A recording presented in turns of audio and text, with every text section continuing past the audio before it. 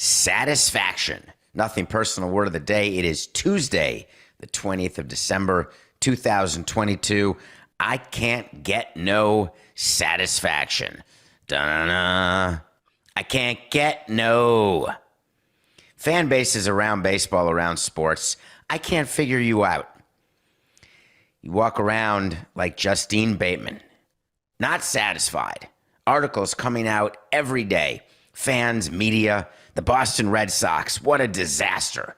Chaim Bloom, chief baseball officer, stinks. John Henry, cheap. More focused on Liverpool. More focused on Fenway Racing. The Pittsburgh Penguins, LeBron James. What about those Dodgers? Resetting their luxury tax. What do? Bring in J.D. Martinez? Re-sign Clayton Kershaw? Give him $20 million because it feels good to bring him back? How dare they?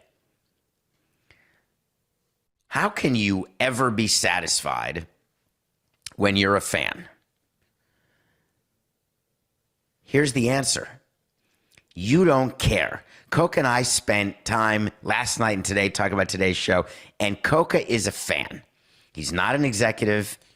He's a producer of a podcast, but a fan of sports. And not even a huge fan, I would argue, but loves the Metropolitans. His view is that Steve Cohen could spend $1 billion on payroll. I don't care. I just want to win. I don't want the chance to win. I want to actually win. So going into this season where the Mets are involved in this crazy arms race with only like 3 other teams, one of them being the Phillies in their own division, if we don't get it done, how dare they not realize they didn't have enough bats? We need new bats. Go sign Ohtani for $1 billion. I'm not satisfied. Be a fan of a team with a low payroll. I'm not satisfied. As an owner, you should be spending more money. Raise your payroll. Find me better players. Oh, you're winning with the low payroll? I'm not satisfied. We don't have a ring. Those are the Tampa fans. I spent time thinking about this. We don't run a team trying to satisfy you because you're unable to be satisfied. It's exactly like in real life with a real friendship or a real relationship. If you're with someone who's not on a happy train, who's on a misery train, you do your best to get them onto the happy train, but they don't get on the happy train, and then you realize they're just on the misery train, and what do you eventually do? You stop being friends. Because the negative energy, that's what it's called these days. I don't want to be surrounded by the negative energy. That existed 40 years ago. It was just people who walked around with a cloud over their head. They're walking around miserable. You're never satisfied. Hamilton did an entire song about it, Lin-Manuel Miranda. I'm never going to be satisfied. I'm never satisfied. I acknowledge it. But I have a different scale that I use. My scale is based on things that I control. I don't say that I'm not satisfied with the improvement in climate change. I'm not satisfied with the change in race relations.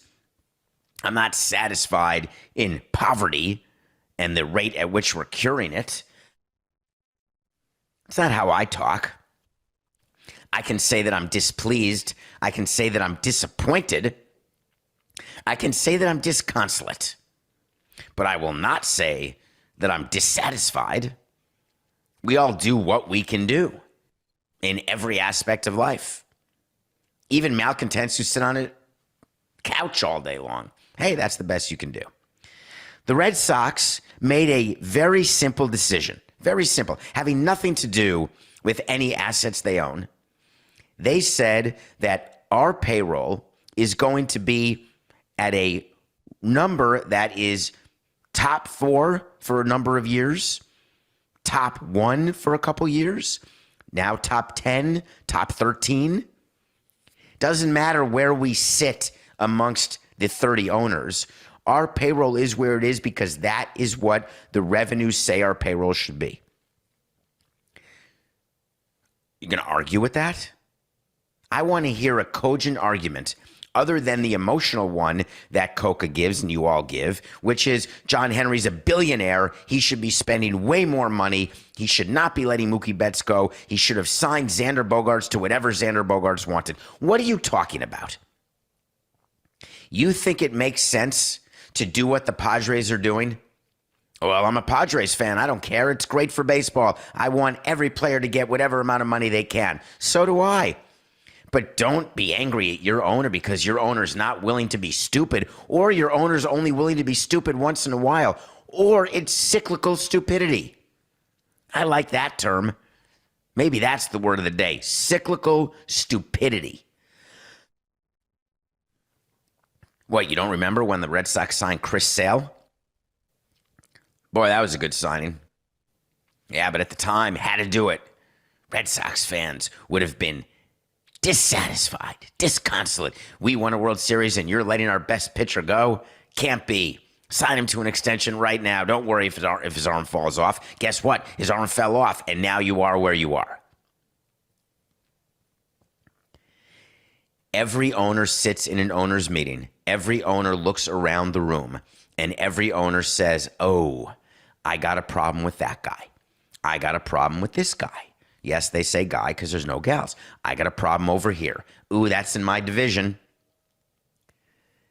The Boston Red Sox are very aware what the Blue Jays are doing and where they are in their window of winning. They're aware that the Yankees are consistent in what they've done. No matter where their payroll is, the top one, top three, you can have that and still not win. The Yankees have done that and won year after year after year. Maybe it's time people realized and stopped complaining that the Yankees haven't won a World Series in 09 since 09 and say, wow, they have a chance to win it every single year. It doesn't mean they get the players right. It doesn't mean they've got the team that's good enough to do it on a year-by-year basis. But, man, they try. Good on them. The Red Sox and Chaim Bloom, they look and they say, from a value perspective, from a realistic perspective, is this our window to win? Once in a while, you surprise yourself, and then you adjust at the deadline and you become buyers instead of sellers. You see what happens, and then you worry about next year. Who you're going to extend, who you're going to let go. The best teams recognize the windows. It's a concept that we talk about on Nothing Personal. When you do not have a window and you force a window, you lose. When you have a window that you don't recognize is a window, then you lose. It's recognizing that you've got the window, take advantage of the existing window, and have good evaluators who save owners from themselves and make good signings. You want to know why the Cubs have a problem?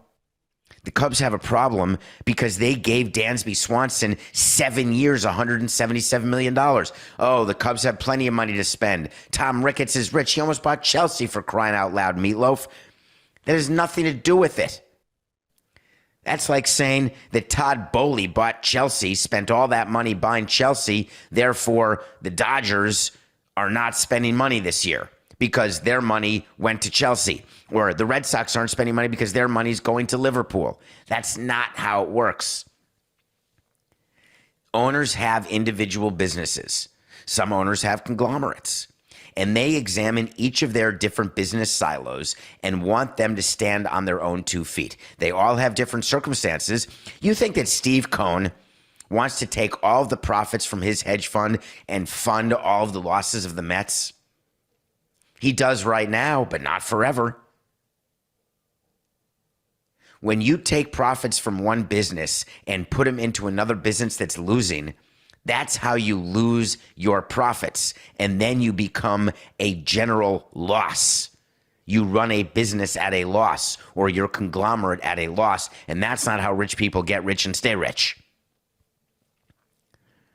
So the Cubs go ahead and they sign Cody Bellinger for 1 year. They signed Swanson. Cody Bellinger, the former MVP, got a 1-year deal. Another Boris, ridiculous overvaluation of what the player is. Bring in Swanson, who is the loser of the shortstop sweepstakes, the loser getting $177 million, which is absurd, sliding in below Turner, below Correa, below Bogarts. That's because Swanson is the 4th best of that group by a lot. Swanson was a great complimentary player on a great team in Atlanta. How did he do on his previous team, Coca? Check it. Not so good.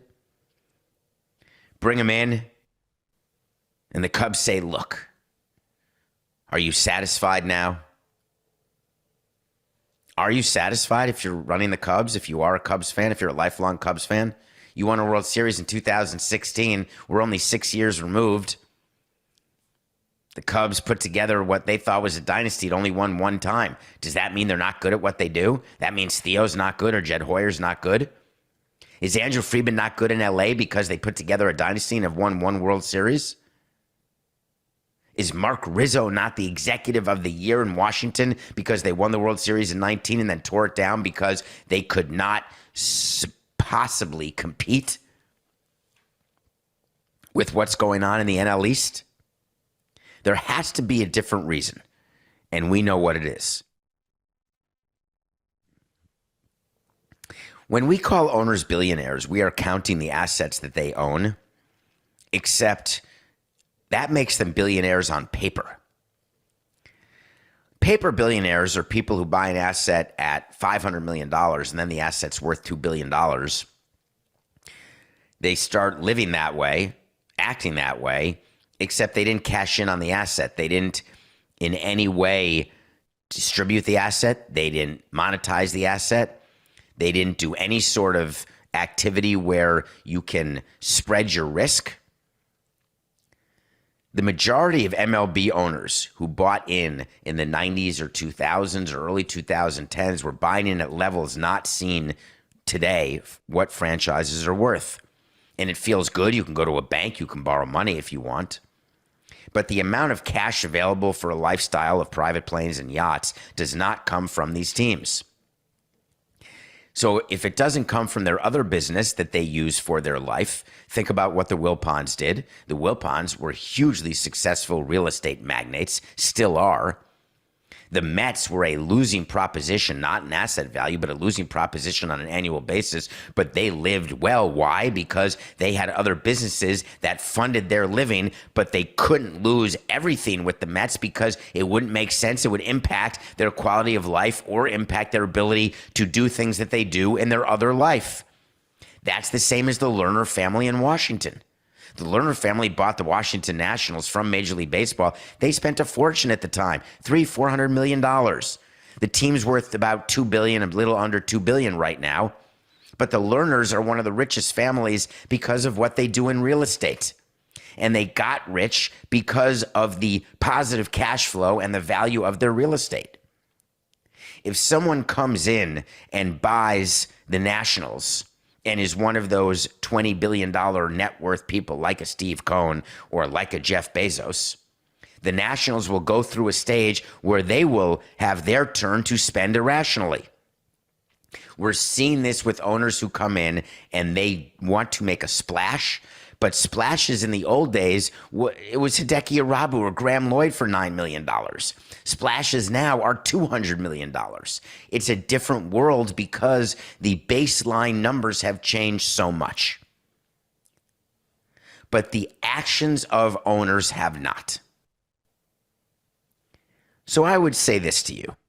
If you're disappointed that the Red Sox have only signed Justin Turner to a 2-year deal, or you're annoyed that the Dodgers brought in J.D. Martinez for $10 million for 1 year, take a look at the track record of the executives who are doing this and not having long-term commitments where you end up stuck with a player ends up to be a positive for when your window is open again.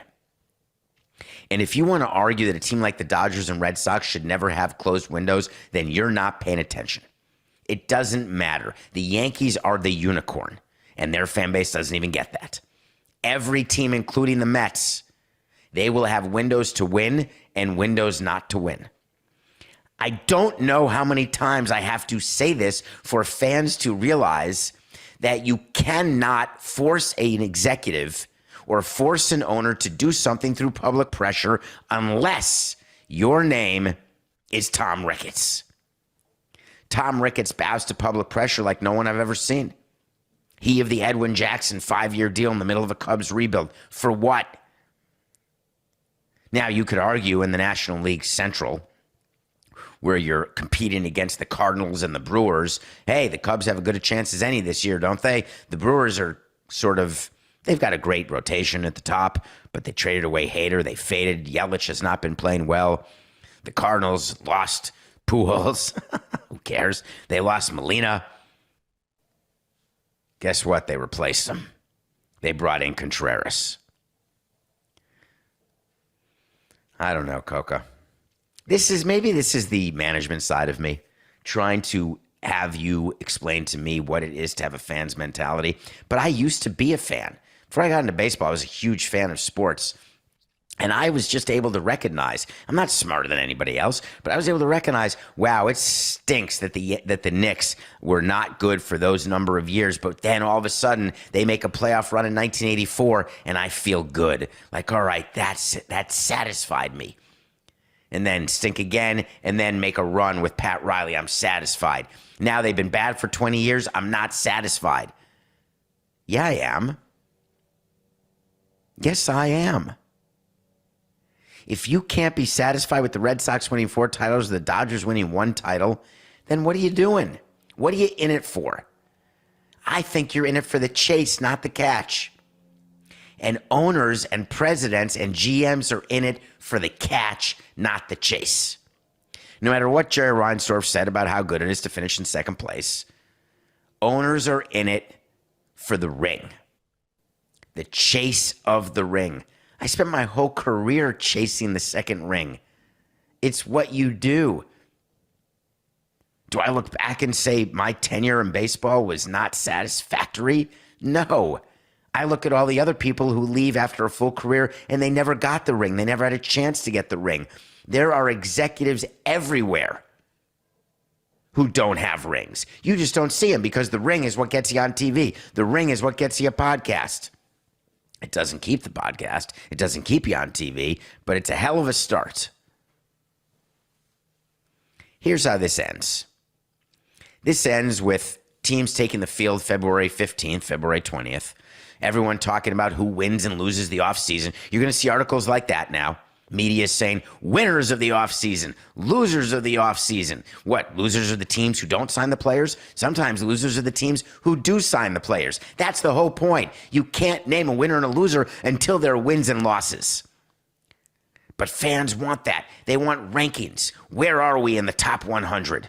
I'm going to do a show at the end of the year. I'm going to rank for you my top movies or my top moments. Totally different than ranking winners and losers of a particular offseason when an offseason doesn't matter at all except to the negative. You're setting yourselves up for disappointment. Oh man, we're losers. Come on, let's be better. Let's wait when you actually are in a business where you can calculate so easily whether you win or lose. Base your satisfaction on that. On something that is not gray. It's black and white. At the end of 162 games, you either get to keep going or you don't. At the end of the first round, you get to keep going or you don't. It's not a question of, ooh, we just missed. If only the Mets had had better bats, they would have beaten the Padres. But they didn't. When you run a business and you look at the revenue of your business, you are basing it and looking at your revenue against budget. You all do this, don't you? In your household, you do it just running your household, which is a business. You look at your budget, then you look at your actuals at the end of the year. You're like, oh, crikeys. I spent way more than I expected to spend because of these 5 one-time things that came up. I think we're going to have to budget for that next year. Let's budget for the yearly funeral that happens that makes us have to take an extra flight than we expected, or the extra couple of days that we're not working because we're sick if we're paid hourly. You learn how to budget. You learn how to be responsible because you don't want to get caught, right? You don't want to get stuck at the end of the year, not satisfied. Scared that you don't have the safety net, scared that you have no way to pay for losses that you may have incurred. The only difference with owners of major league teams is they've got the means to pay the losses because they know in advance they have to, because the losses come every 2 weeks when you're paying players during the course of a season. You have to have the access to capital. It gets approved by Major League Baseball. Do you know that we send our budget to MLB every year and they have to approve it? Not just the Marlins, every team. And there's a sources and uses of funds. You're going to play your whole year. You're assuming 25,000 people per game. You're assuming an average ticket price of $125. That's damn good. Normally it's 50 or 40. And you've got a payroll of $210 million. You are going to lose $42 million. It says it right here on your budget. Show me where that is coming from. You're saying you're just going to pay for it out of your checking account? Show me the balance of your checking account, and I want to see every month where that checking account balance is. Because owners used to sneak around. Totally off the subject, Coca. Owners used to have to secrete away in a separate bank account any money that's deferred and owed to players. So all these deferred contracts like Bobby Bonilla, where you're paying players until they're 75 years old, you had to actually put that money in a separate account and show baseball that you had the money to pay those deferred players. But baseball would not really enforce that very well. And owners were able to just show a snapshot of a bank account on a particular day. So what we used to do and other teams would do is they would transfer money into an account just for a day, take a picture of that day, show baseball, hey, look, we've got the money, no problem. And then the next day, the money is out of the account and it goes to pay back whatever temporary loan or whatever account needed the money or operating account for a different business. But that day, you had the money for the deferral. That's what teams would do. But at the end of the year, just like at the end of your household year, at the end of your business year, you're looking at where you are versus where you thought you would be. And if you're wrong, doesn't that inform your decision about what to do going forward? In sports, you know you're wrong, not necessarily because of the budget of your team and what's actual, but you know whether you're wrong in the evaluation of your team on the field, because it doesn't matter if you said, wow, my players are good and look, they had good seasons. Who cares? If your team loses and you don't get to the promised land, you don't get the ring, which is the thing, it's a failure because you're not satisfied and your fan base isn't satisfied. It's a cycle of shit. That's the problem. Satisfaction. All right, Coca. Speaking of satisfaction, play me some music. You know what I want? I want to talk to Samson. So you want to talk to Samson as we end the year. Thank you so much. We still have shows the rest of this week. And we'll have a show Monday the 26th too. But in terms of, so you want to talk to Samson, your questions on Twitter at David P. Samson. Yes, we're still on Twitter so far. Questions on Instagram, David P. Samson. Questions on your Apple reviews. Thank you. Some of them we put into a show. Hello, David. Happy Hanukkah. Yes, tonight's night 3. A report recently came out that NFL officials informed the owners of their spending $800 million on fired coaches and executives. Why would the NFL do that? Is it to save the owners from themselves?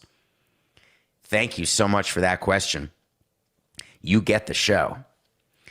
So you remember my stories about owners' meetings where you sit in a room the second day, the first day are committees, and then you've got the dinner the night before the big meeting where everyone just pretends they like each other, and you eat good food at a restaurant, have some cocktails, and there's a bunch of chatter. And when the meetings are going on in season, you've got owners looking at their phones. Some owners don't even show up because they're pissed at the commissioner about something or another, or they realize it doesn't matter anyway. Then the next day, you've got the big meeting, and in the big meeting, each department of the commissioner's office comes to the front and gives a presentation. Bob Bowman, who started BAMTech, he started him. He was the first CEO of MLB.com and MLBAM.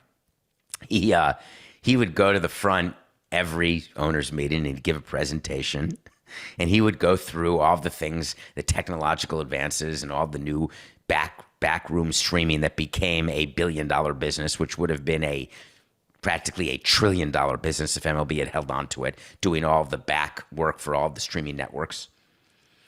He'd come up and we'd laugh after because all owners cared about. He'd do a whole presentation and I'd get an elbow and I'd look around at other owners talking to their presidents. So wait, how much money is being distributed to us?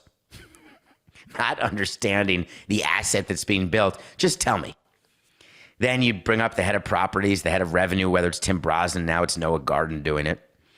Come up there and give a presentation. Here's what we're doing. We negotiated the following, and it was amazing. We have this national TV deal. We had this sponsor come in, Loan Depot. They gave us so much money that we siphoned some off to the Marlins. Yeah, we're looking at you, Bruce. Hell yeah, we got you a naming rights deal. So we siphoned off some money for them, and the owners are like, hey, that's good.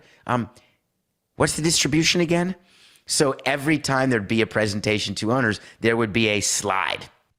And the last slide would be, here is the budgeted distribution, and here's the actual distribution. And MLB would always budget a smaller number because then they got to say, hey, we're doing our job so great that you thought you were getting $20 million from us, but you're actually getting $25 million. Not realizing they do it on purpose because if they give all the money to the owners in advance, the owners are just going to spend it on shitty players. That's twice. Sorry, Coca. Sorry. They're going to spend it on players, on crappy players, 4, 6, 9. The extra money would just go right to players. So then you've got the presentation of MLB International. Out comes Paul Archie, who used to do it. Now it's Jim Small. Come out, do a presentation. All of these great things that are going on. We're raising interest in Germany and London. We've got games selling out. The Cubs and Cardinals are going to London. Hip, hip, hooray. And they show a great video of people walking around Big Ben. Look, Big Ben, Parliament. Hey, he's wearing a Yankee jersey. Hey, that's a Cubs jersey. Here's what we're doing. Look at that clinic. We flew in 12 players, and we taught kids how to hit. Hey, what's the distribution? MLB International will be contributing $4.2 million per team to your kitty. Then out comes the Labor Department. Labor Department goes to the front. Hey, we're not revenue. It's like when you get scolded. That's what the Labor Department is, the LRD in baseball. They scold you. They get up there and they give you a slide of all the players that you signed who stink, how much you overpaid them, how the fact that you're all going to be disappointed. None of you are going to be satisfied except one of you at our next owners meeting.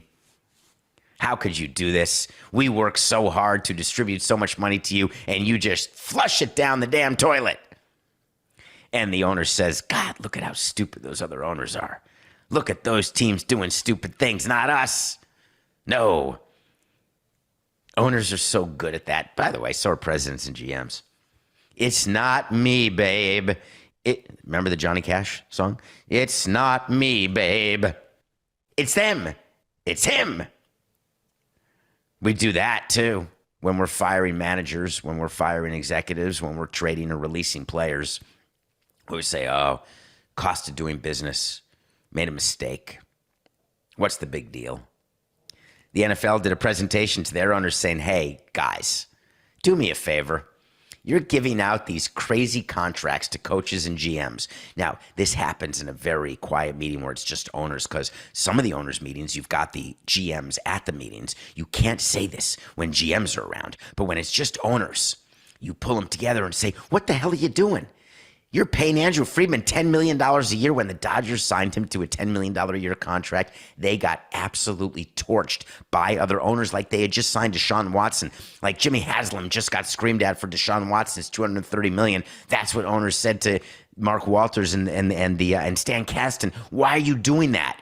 Now we've got to pay our guys more. Well, no, you don't, they said. Our guy's worth it. We've got the money. We want the best. They got a ring. 2020, they got the best. Love you, Andrew, but you know what you did. The next guy who comes, Theo, says, I want $10 million. No, I want $10 million. And then that becomes the minimum. If you want quality GMs, that's what you got to pay. What's the definition of a quality GM? Someone who carries the water for the owner? Someone who's the fall guy for what the owner does? There is no reason in the world to pay executives that type of money. You spread it out around scouts and development people. You think that GMs who make trades, by the way, you think that they're out there and they're saying, oh, I think we've got to get Jeter Downs. You think Chaim Bloom, when they traded Mookie Betts, said, oh, we're doing this for Jeter Downs, period. He's our guy.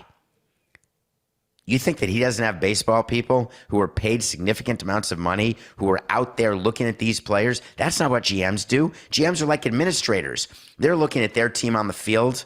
They're not out there scouting. They do eyewash trips to look at high draft picks, or they're not going to, and they go to their minor league team just because they're celebrities and they want to be seen by the owners of the minor league teams, by the minor league prospects. Hey, look, we're paying attention. GMs count on their cohorts. That's why, hey, he's bringing in his own guys. You're damn right he is, because those are the guys who got the GM the job in the first place. So in the NFL, they've got all of these coaches who are supposed to be running player personnel. They're supposed to be coaching the games. And then all of a sudden their team is bad. And so they get fired. And the NFL says, hey, you're wasting $800 million, $800 million paying people not to work. It's the same as paying players not to play who you've released. So here's what happened. And here's why when the NFL does it, no one cares. The reason the NFL does it, which was part of your question, is that they're trying to see if they can change behavior of owners. It's that simple. It's not saving owners from themselves, because the way to save an owner from himself is called a salary cap. The way to save an owner from himself is called a cap on off-field salaries as well. That's the only way. Because they make the argument, the way you made the argument, that the Orlando Magic should hire a free throw shooting coach to help Shaq shoot free throws. Hey, if you're paying a guy $5, $10, $15, $20, $25 million and they don't have a certain skill, why wouldn't you pay someone an extra 70 grand, bring them in, and teach that player how to do it? Not understanding that if a player can't shoot free throws, they're not going to all of a sudden learn how because you bring in a coach. Shaq is not going to be an 85 to 95% free throw shooter. Just like you don't need a coach to coach Steph Curry to be a 93% free throw shooter. Doesn't work that way. They have the skill, they have the ability, they have the mindset. It just all comes together for them in that moment, in that period of time, when they're not injured, when they're performing at a level that you look at in awe. It's like artists, actors. Of course you go to acting school. But did Dustin Hoffman become Dustin Hoffman because of acting school? No. Did he perfect his craft? Did he come up with different, interesting ways of doing things that he could learn from other people? Of course you learn from other people. But in sports, owners never learn from other owners. They never learn from other examples, and they never learn from themselves. And the reason they don't is they all say the same thing. It's them. It's not me who's being spoken to. And guess what? If you're at a table and you don't know who the sucker is, it's you. We come back, we're going to review the new Steven Spielberg movie, and we're going to talk about the possibility of the Knicks beating the Warriors, because I'm going to the game. I'm taking my son to the game. I've never taken him to a Knicks game before, so I'm quite excited about that. We'll be right back. Welcome back to Nothing Personal. During the break, I was thinking to myself, it must have sounded weird that you say I've never taken my son to a game. He went to a lot of baseball games. I've never taken him to a Knicks game. We've gone to Heat games when we were living in Florida together, but never the Garden, the world's most famous arena. So I'm awfully excited about that. I finally did it because it's available on streaming, $20, and you can watch Steven Spielberg's latest movie called The Fabelmans. You're going to see it on a lot of top 10 lists during the course of this best and worst movies of 2022. Talked about that earlier in the show. This is a movie about Steven Spielberg's childhood. It is semi-autobiographical, and the screenplay is written by Steven Spielberg with Tom Stoppard. Tom Stoppard, who you may know and should know, is one of the great playwrights, one of the great screenwriters of all time. And Steven Spielberg does not often write his own stuff. I'm trying to think the last time, Coca. He may have written AI as the last movie he ever wrote, is my guess. But he is obviously one of the great directors of all time. This movie has Seth Rogen, Paul Dano, and Michelle Williams, all of whom could be around come Oscar time. Steven Spielberg is played in different parts by a young boy and then a teenager, and it shows his start in the movies. It showed the family dynamics. It showed what goes on in a broken family. It shows all of the different issues that kids have. Steven Spielberg had a childhood that was no different than yours, no different than mine. A childhood that required therapy. So why did I like this movie so much? Because I'm fascinated by greatness. I'm fascinated by the path to greatness. I'm fascinated by people who just have an eye, like artists, like athletes, like business people. How do you have the brain? What brain do you have that allows you to see things in a way that I can't see it? There's certain things that I can see that other people can't see. And it's strange because they'll say to me, how did you know that was going to happen? And I can't explain it. It's why being a teacher is so damn difficult. It's so hard to explain something that just happens for you. You can sharpen your skills, but these are just God-given skills, for lack of a better concept or thought. Steven Spielberg knew early that he saw things differently. And this movie goes through some of those things. It is an autobiography, but not a crowded one. One of the things that can bother you about movies, and this is not a short movie, but one of the things that can bother you about movies is when they try to pack in sort of everything that would happen, and you don't see him marrying Kate Capshaw, right? You don't see him doing Jurassic Park. This is just about his start. And the movie ends as he's just beginning, in theory. It leaves a lot to the imagination. I don't want to spoil the last scene, but the last scene of The Fabelmans steals the show. Absolutely fascinating, with a cameo by someone who you will not believe would be doing a cameo for this type of role. And it's like a 3-minute scene only that is so full of anxiety and awesomeness. The Fabelmans look for some nominations for Steven Spielberg, look for some nominations for some of the acting. Michelle Williams as his mother and his troubled mother, phenomenal. I don't know why I didn't call it the Spielbergs. That's sort of weird. I mean, the Fabelmans, you know that's a Jewish name. The Spielbergs were Jewish. I guess the Fabelbergs, he could have said. Okay. You know, when are New York Jets fans, are you good? Like, who's your quarterback? Is it Mike White from Florida's University School? Is it Zach Wilson, the number 2 draft pick? The Jets, who have lost a bunch in a row. Where are the receipts? Saleh. Robert Saleh was talking Jets quarterbacks again, and I just wanted to mention briefly what's going on, because whenever we get a quote of the year candidate, it makes me happy. And we have a quote of the year candidate, and it goes into the business of sports. There is a concept in sports. Are you good enough not to play your highest paid player? Are you rich enough not to play your highest paid player? Can you subjugate your ego enough not to play your highest paid player? Much easier said than done. And this isn't just a president talking. When you've got an amateur scouting director in baseball and they suggest somebody gets drafted in the second round and that person shows up and doesn't play well in the minor leagues, the scout who scouted the player and told you to draft him says, hey, the development people really screwed this person up. This guy was great, and now he stinks because of development.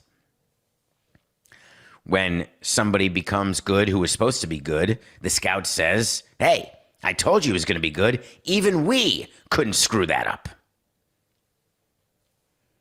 Everybody's pointing fingers. In the Jets organization, they're trying to figure out who to play quarterback. They can't figure it out. Mike White may be hurt, may not be hurt. He needs more scans. Just FYI, major league players, National Football League players, any professional athlete, they get scans whenever they want, and they get them read whenever they want that minute. We've told you that on Nothing Personal. Just don't ever forget that. Don't believe a team when they say, oh, we don't have the results back yet. They're lying to you. So we don't know whether or not White can play. We don't know whether or not Wilson's going to play. But then Saleh, talking to the media, said, I got to make a decision soon. We have a short week. We're playing the Jaguars Thursday. But just know that because we committed $35 million in guarantees to him, on our team, the best players play. And that will never change. Really? Are you trying to feed us that line of horse hockey? That the GM and the owner do not have a say in who plays, and that it's just you, the coach, and that the GM and owner don't play guys who they've signed because they want to make sure that they are not looked at as wasteful or as being wrong or incapable? That will never change. The best players play. What do you mean? That's never existed. It's the most expensive players who play. Every once in a while, you suck it up and release Jason Hayward or release high-paid players at the end of their deals. Albert Pujols. Albert Pujols played 3 extra years for the Angels when he should have been playing. When you are paying players, they get every benefit of the doubt. That was the whole discussion with shortening the MLB amateur draft by making it like 10 rounds instead of 40. That's the whole discussion by contraction of minor league teams, where you only have your top prospects play because of unionizing the minor league players. All the players who were drafted in the 35th to 40th round, they better be good from the beginning, or else they're just going to get thrown away, cast aside. But if you have a high pedigree, you keep getting a chance. Baker Mayfield got a chance with the Rams last night. He got released, then he got signed, then he played, then he had a miracle win with the Rams last week, and everyone's like, hey, he's back. Well, if you watch the Packers play, you'll know that I was one of them, because Baker Mayfield's not back. But why does he keep getting a chance? Oh, he's got good arm strength. Look at him get that pass right to that guy. What a perfect pass. There is never more confirmation bias than that exists with highly paid prospects, players, or free agent signees. Anytime they do something good, told you, when they did something bad, we're giving them another chance. I had the Rams +7 against the Packers. I didn't realize that Aaron Rodgers would all of a sudden be into playing for the Packers again. I thought he was mailing in the rest of the season. Now he gives you a quote when you woke up this morning to this quote, things are looking up. Aaron, what are you talking about? You just beat the worst reigning Super Bowl champion maybe ever, decimated by injuries. You're still 2 games under 500. You have to win out the rest of your 3 games in order to make the playoffs, but things are looking up. We're 149 and 124, and I'm damn annoyed by it. Rams +7 was a loser. So I told you I was going to the Knicks game. How do you feel about getting tickets to the Knicks Warriors and then having Curry get hurt and realize that he's going to be out for 2 weeks and he's not going to play? Disappointed. Not going to lie to you. I wanted to go see Steph Curry with my son. How do you think it felt in the Lakers-Suns game last night? Suns crushed the Lakers. No Devin Booker, no LeBron James, no AD, no Westbrook. What the hell are we going to the game for? I'm not saying that Curry's out for load management. He's not. He separated his shoulder. We told you that. What I am saying is that it's such a crapshoot that you better do something exciting in the arena to make the tickets worth the price that people pay for the tickets. Oh my God, it's all making sense. That's why there's club areas. That's why there's entertainment areas. That's why there are kids' playroom areas. Anything to take the focus off the fact that the product on the court cannot be controlled or the product on the field cannot be controlled. It's so obvious what we do. It's like subtracting you like on an airplane when you're sitting there and like you didn't get a seat. You're on Southwest. You can't reserve a seat. Or you had to pay extra money for bags or something. And then they give you, hey, would you like a little bag of peanuts? Oh, sorry. Ladies and gentlemen, we have someone allergic to peanuts. If you don't mind, could you not bring out any snacks that may have peanuts in them? That never happened when I was flying. Now it happens all the time. Has that happened to you? I like that. You distract people. It's like in the law. When you don't have the facts, you argue the law. When you don't have the law, you argue the facts. Coco was remiss when he was flying. He was like, hey, didn't I used to get water? Now you get water. Do not take water on a plane. Side note, Coco, please do not take cups of water that are not bottled on a plane. If I showed you what those water pipes look like, where the water's coming from on a plane, and I told you that they never get cleaned, if you think it's gross when you sit on a plane seat and there's sort of garbage from the previous person or crumbs or other such crap that requires you to use sanitizer, the water is coming out of a spout in the kitchen of the plane. Do not drink it. I promise you. Coffee's the same, Coca. You're right. I hear you, because that comes from the water, and the pots never get cleaned. It's so disgusting. But that's the whole point of distraction, isn't it? Hey, don't worry. We're getting you there safely. Don't worry about the fact you're getting salmonella. But don't eat peanuts. Why are airplanes doing that? Fuel cost is up. Profits are down. Stock prices being hurt. We're going to make it up by not giving water to anyone anymore. That'll be a huge savings. Remember, what was the airline, Coca? We're so off the subject. My God. What was the airline that took, maybe it was Delta. They took olives out of their salad in first class, and it was a savings of $2.1 million per year of olives. God, would I like to be Charles Grodin from Dave doing the budget for these airlines. How about bigger seats? All right, that's it. We're taking the Knicks 4.5 over the Warriors. That's our pick of the day. A Steph Curry. No Steph Curry. Knicks are actually playing well. Can't wait to watch Jalen Brunson. Julius Randle. Hopefully they'll play tonight. Knicks 4.5 over the Warriors. Look for me. I'll be the one enjoying every moment I can with my sophomore in college son. Tonight is not just business. It is purely personal.